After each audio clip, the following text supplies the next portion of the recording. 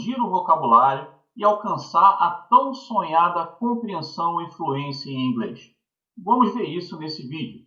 Bom, eu vou te dar 3 passos importantes para você alcançar um vocabulário e uma compreensão muito melhor do inglês. Primeira coisa é interpretar o significado da palavra dentro de um contexto.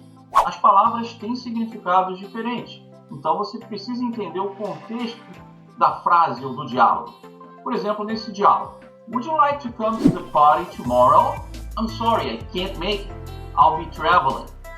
Nesse caso, se você procurar no dicionário a palavra make, quer dizer to construct, to produce, construir, produzir, ok? Então não faz sentido nenhum. Desculpe, eu não vou construir. Na verdade, quer dizer, desculpe, eu não vou poder comparecer. I'm sorry, I can't make it. Então o sentido é totalmente diferente. Então a primeira pergunta que você deve se fazer é: qual o sentido dessa palavra dentro do contexto? Ok? Segunda coisa, você deve pesquisar a definição em um bom dicionário inglês-inglês. E aí você pergunta: mas por que não traduzir essa palavra? Porque você já sabe o que significa essa palavra em português. E fazer simplesmente a tradução não vai fazer com que você se lembre dessa palavra. O seu cérebro precisa de um estímulo para você fazer uma conexão entre a palavra em inglês e o sentido dessa palavra, para você poder falar ela automaticamente em inglês. Esse estímulo pode ser uma imagem, um som, uma lembrança, até o sabor de um alimento. Por exemplo, I'm eating a sweet chocolate. This chocolate is sweet. Enquanto você está comendo, você está falando essa frase, você está criando um link em inglês. Então faz muito mais sentido para o seu cérebro e para a sua memória. Okay? Um bom exemplo é a gente pegar uma palavra e botar ela dentro de um contexto.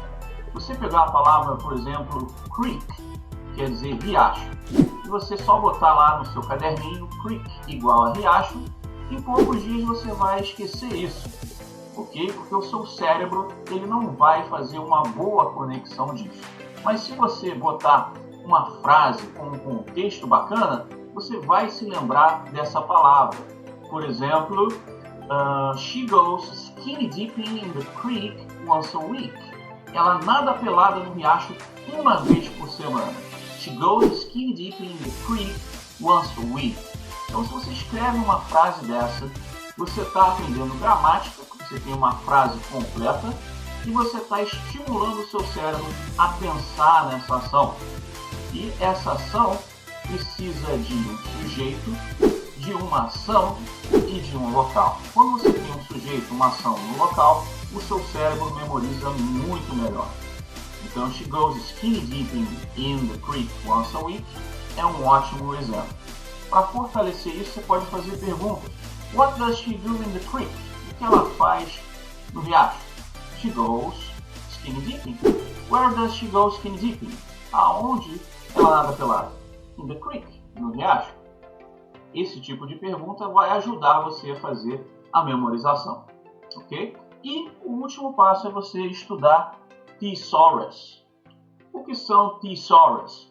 Thesaurus são palavras relacionadas, são sinônimos, antônimos e palavras parecidas. Por que isso te ajuda?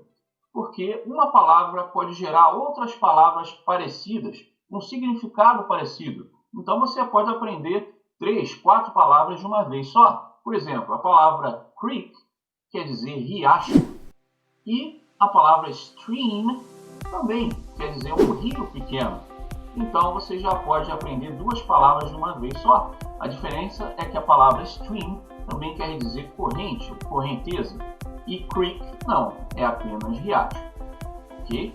E quando eu aprendo essas palavras, eu também aprendo a palavra river, que é rio, e é relacionada também à palavra spring, que é a nascente do rio.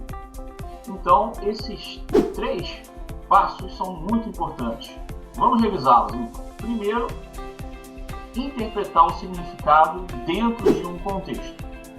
Segundo, pesquisar a definição em um bom dicionário inglês-inglês e criar um link mental.